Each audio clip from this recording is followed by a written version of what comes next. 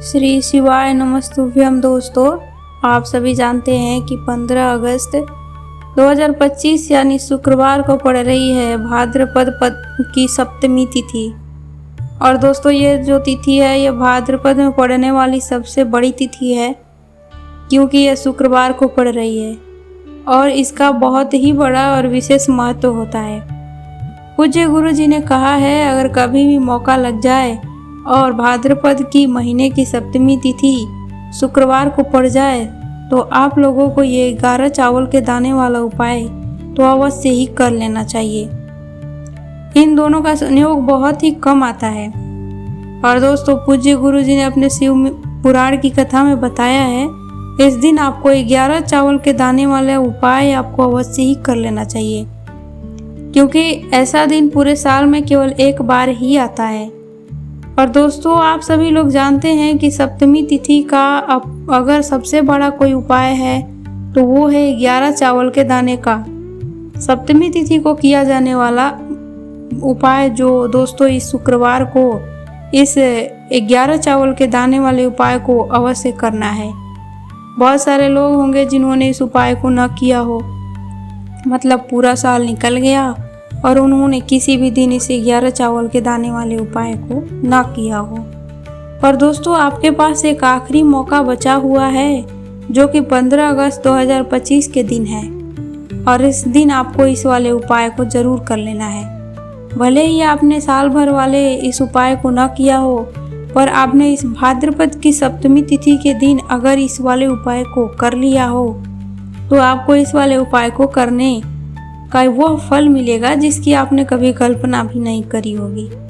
इसलिए आप लोग इस वाले उपाय को एक बार जरूर से जरूर कर लेना है, ताकि आप लोगों के हाथ से ये मौका ना जा सके और आपको इस उपाय को करने का फल मिल सके। दोस्तों, ये उपाय पंडित जी ने अपने हाल ही के शिव पुराण की कथा में बताया है, जिस उपाय को आज हम आपको अच्छे से बताने वाले हैं। इस वीडियो को देखने के बाद आपको इस उपाय को समझने के लिए किसी और वीडियो को देखने की ज़रूरत नहीं पड़ेगी। तो दोस्तों, चलिए इस उपाय को, ये भाद्रपद मास के सप्तमी तिथि के दिन ये इतना खास क्यों होता है, इतना महत्वपूर्ण होता है कि देखा गया है कभी कभी बड़े बड़े पूजा और पाठ और अनुष्ठान से जो मनोकामना पूरी नहीं होती है वह इस भाद्रपद मास के सप्तमी तिथि के दिन एक छोटे से उपाय करने से ही पूरी हो जाती है। और बहुत सारे लोगों ने इस उपाय को किया भी है, उनको इस उपाय को करने का फल भी मिला है। अगर आप लोग भी इस उपाय को शुक्रवार सप्तमी के दिन करना चाहते हैं तो आप इस उपाय को पहले समझ लें और सुन लें, उसके बाद इस उपाय को करना। इस उपाय को करने का फल आपको ज़रूर मिलेगा।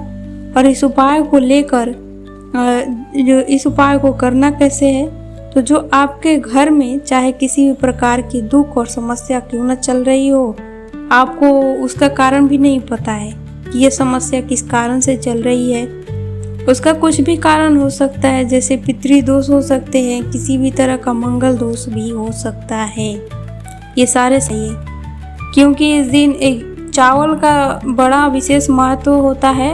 और जब आती है 11 चावल के दाने की तो उपाय की, तो ये सोने पर सुहागा वाली बात होती है और ये एक बहुत ही बड़ा उपाय हो जाता है इस शुक्रवार सप्तमी तिथि का। जो अब दोस्तों, इस 11 चावल के दाने वाले उपाय को लेकर आखिर करना किसको है, सबसे पहले हम लोग ये बात जान लेते हैं। तो देखो, घर की जो बड़ी माताएं बहनें होती हैं, उन माताओं बहनों में से कोई भी एक माता या बहन इस वाले उपाय को कर सकती हैं। दोस्तों, अगर आप चाहो तो अपने घर के सभी सदस्य को भी इस उपाय को करवा सकते हो। अगर किसी व्यक्ति की खुद की कोई मनोकामना है, कोई दुख या परेशानी है जो कि वह अपने लिए ही करना चाहता है इस उपाय को, तो वो खुद अपने लिए भी कर सकता है। अगर कोई घर में ऐसा है जो कि अपने पूरे घर परिवार की सुख शांति के लिए ये वाला उपाय करना चाहता है, तो वह भी कर सकता है, इसमें कोई दिक्कत वाली बात नहीं है। अब मतलब ये है कि इस उपाय को हर एक सदस्य भी कर सकता है और पूरे घर परिवार के सदस्य के लिए घर की जो बड़ी माताएं बहनें हैं उनमें से कोई भी एक माता या बहन कर सकती है। अगर घर में माता या बहनें उपस्थित न हो तो ये वाला उपाय अगर वो न कर पा रही हो तो ये फिर घर का कोई भी बड़ा सदस्य इस वाले उपाय को कर सकता है, चाहे वो फिर पुरुष ही क्यों ना हो। इसमें कोई दिक्कत वाली बात नहीं है। दोस्तों, इस 11 चावल के दाने वाले उपाय को हमें करना कहाँ पर है? इसे करना है शिव जी के मंदिर में जाकर। बहुत सारे लोग प्रश्न करते हैं हर एक उपाय को करते समय कि क्या हम ये 11 चावल के दाने वाले उपाय को घर पर भी कर सकते हैं?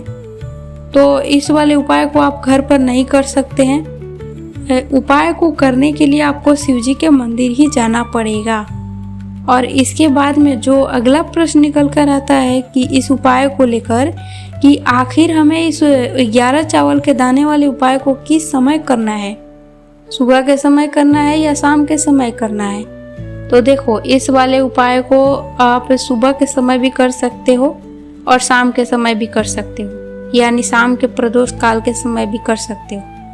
अगर आप पूछो कि सबसे उत्तम समय कौन सा रहेगा इस 11 चावल के दाने वाले उपाय को करने का, तो हम आपसे बस यही कहेंगे कि इस उपाय को सुबह के समय करेंगे तो ज़्यादा बेहतर होगा। बाकी अगर प्रदोष काल के समय भी करेंगे तो भी अच्छा होगा, इसमें कोई दिक्कत वाली बात नहीं है। तो आप दोस्तों, अगली सबसे बड़ी और महत्वपूर्ण बात आती है, वो ये आती है कि सुबह अगर हम उपाय को करेंगे तो हमें कितने बजे से लेकर कितने बजे तक के बीच में करना होगा, और शाम के समय प्रदोष काल के समय हमें कितने बजे से लेकर कितने बजे तक के बीच में करना होगा। तो देखो, सुबह के समय जितना जल्दी हो सके उपाय को करने की कोशिश करनी है। बाकी अगर किसी की कारणवश लेट भी हो जाओ, थोड़ी बहुत देरी भी हो जाए, तो 10 या 11 बजे तक आप इस उपाय को कर लेना। हो सके तो 12 बजे से ज़्यादा देरी ना हो, इस बात का ध्यान रखना। उसके बाद में दोस्तों, अगर शाम के समय प्रदोष काल की बात करें तो प्रदोष काल का जो समय होता है वो समय 6 बजे से शुरू हो जाता है, और मतलब शाम को 6 बजे से 7 बजे के बीच का जो समय होता है वो समय प्रदोष काल का होता है। और अभी जो मौसम चल रहा है, इस मौसम में शाम जो है बहुत देर से होती है, तो आप इस उपाय को 7 या 8 बजे के बीच में भी कर सकते हो। मतलब शाम को 6 बजे से लेकर 8 बजे के बीच कभी भी इस वाले उपाय को कर सकते हो, इसमें कोई भी दिक्कत वाली बात नहीं है। अब दोस्तों, यहाँ पर इस उपाय को लेकर एक और सबसे बड़ी बात निकल कर आती है कि इस 11 चावल के दाने को हमें लेना कहाँ से है, और हमें इस उपाय को करने के साथ में क्या और भी सामग्री होती है जो शिव जी के मंदिर में ले जानी होती है। तो देखो, यहाँ पर हम आपको बता दें, सबसे पहले आप लोग अपना ये जान लो कि जो 11 चावल के दाने का उपाय है, सिर्फ और सिर्फ आप उपाय की सामग्री लेकर कभी भी शिव जी के मंदिर में मत जाना, क्योंकि हमें भगवान के सामने ये नहीं दिखाना है कि अगर हम भगवान शिव जी के मंदिर आए हैं तो अपने फायदे के लिए आए हैं। इसलिए जो भी पूजन सामग्री और उपाय सामग्री 11 चावल के दाने के साथ में आपको पूजन सामग्री भी लेकर जरूर जाना है।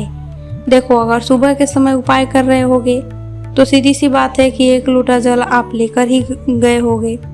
वही 1 लोटा जल अगर मिट्टी का हो तो बहुत अच्छा हो रहेगा।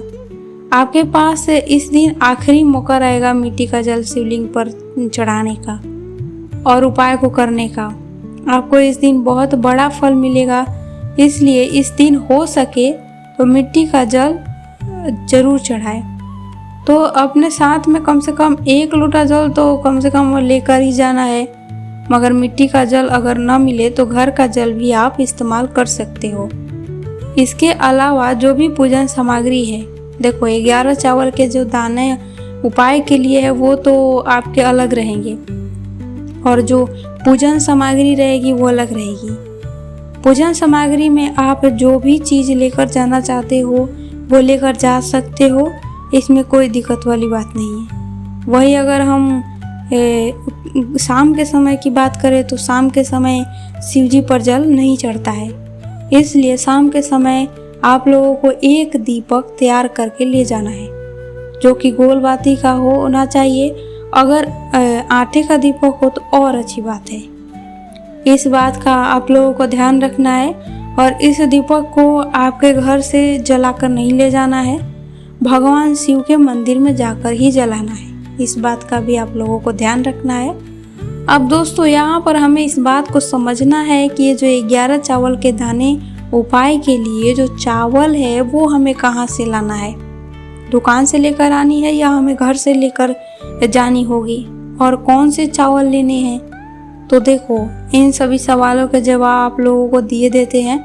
ये जो उपाय है, इस उपाय में आपको ये नहीं देखना है कि कौन से चावल हैं और कौन से चावल नहीं है। बस जो भी चावल मिल जाए वह चावल का दाना साबुत हो, टूटा हुआ ना हो, और इस बात का आपको ध्यान रखना है। बाकी आपके जो चावल है किसी भी किस्म के हो, इसमें कोई दिक्कत वाली बात नहीं है। तो सीधी सी बात है कि आपके घर के रसोई में जहाँ पर आप पूजन बनाते हैं वहाँ पर जो चावल उपस्थित हो उसी चावल को एक कटोरी भर ले और ये एक मुट्ठी चावल अलग से निकाल ले उसमें से, क्योंकि हम 11 चावल के दाने वाले उपाय के लिए इसी में से चावल को लेने वाले हैं। तो हमें ये चावल के दाने उसमें से चुन निकालने हैं और इस बात का आप लोगों को ध्यान रखना है। दोस्तों, आपने उस चावल की कटोरी में से 11 चावल के दाने आप लोगों को निकाल लेना है, और जो कि टूटे हुए ना हो और जिसमें कोई दाग ना हो, अच्छे साबुत चावल के दाने निकाल लेने हैं और उन्हें एक पीतल की कटोरी या किसी भी छोटी पात्र में आपको रख लेना है ताकि ये सुरक्षित रहे, आपका एक भी चावल का दाना इधर उधर ना हो और आपका उपाय भी पूरा अच्छे से हो जाए। तो देखो, जैसे कि आपके उपाय की सामग्री है और 11 चावल के दाने हैं, ये तैयार हो जाए, उसके बाद में आपको अपनी जो पूजन सामग्री है, सुबह के समय कर रहे होंगे तो 1 लोटा जल और पूजन सामग्री को लेकर जाना चाहते हो तो उसकी भी तैयारी कर लेना, और शाम के समय जा रहे हो तो अपना जो दीपक है उसे तैयार कर लेना। और उपाय को करते समय शुद्धता का विशेष ध्यान रखना है। सुबह स्नान करके ही इस उपाय को आपको करना स्टार्ट कर देना है। उसके बाद अगर आप शाम के समय की बात करें तो शाम के समय आपको स्नान करने की ज़रूरत नहीं है। इस उपाय को शाम के समय प्रदोष काल में कर सकते हैं, इसमें कोई दिक्कत वाली बात नहीं है। आप अपने उपाय की पूरी सामग्री तैयार करके अपने पास रख लेना है और जो भी आपके पास के शिव मंदिर हो वहाँ पहुँच जाना है, और सबसे पहले शिव मंदिर में जाकर इस उपाय को नहीं करना है, पहले भगवान के दर्शन करने हैं, भगवान से आशीर्वाद लेना है और शिव जी के शिवलिंग के पास जाना है। और शिवलिंग के पास में जाने के बाद आप जो पूजन सामग्री लेकर आए हैं, जैसे कि सुबह गए होंगे तो 1 लोटा जल और साथ में जो भी पूजन सामग्री है आप साथ लेकर आए हो, उनसे भगवान शिव जी की पूजा कीजिए। सबसे पहले जो 1 लोटा जल है वही चढ़ेगा, उसके बाद में आपकी पूजन सामग्री चढ़ेगी। इसके बाद में अगर शाम के समय आए हो तो आप इस उपाय को कर रहे हो शाम के समय में, तो साथ में एक जो दीपक है गोल बाती वाला वो अपने साथ में लेकर गए होंगे, तो उस दीपक को मंदिर में जाकर अपनी माचिस से जलाना है और उस दीपक को शिवलिंग के पास में रखना है। बाकी दीपक को शिवलिंग के ज़्यादा पास नहीं रखना है, यानी सीधी सी बात है कि शिव जी पर आँच नहीं आनी चाहिए। अब जैसे ही आपकी जो पूजा अर्चना हो जाती है, भगवान शिव जी प्रसन्न हो जाते हैं आपकी पूजा अर्चना से, उसके बाद में शिवलिंग के आसपास ही कहीं पर बैठ जाइए, सामने या आसपास जिस भी जगह आपको बैठना हो वहाँ बैठ जाइए और अपने 11 चावल के दाने अपने सामने निकाल कर रख लीजिए, क्योंकि आप यहाँ पर यह उपाय को करने की तैयारी कर रहे हैं। और इस तरीके से जब आप उपाय करेंगे, पूजन सामग्री करने के बाद, पूजा अर्चना करने के बाद, तो आपको उपाय का फल बहुत जल्दी और बहुत बड़ा होकर मिलेगा। तो अपने 11 चावल के दाने अपने सामने निकाल कर रख लेना है। और जो उपाय है वो आपके उपाय दाहिने हाथ की हथेली से होगा, इसलिए इस बात का भी विशेष रूप से ध्यान रखना है। दाहिने हाथ की हथेली को धोकर ही आपको इस वाले उपाय को करना है।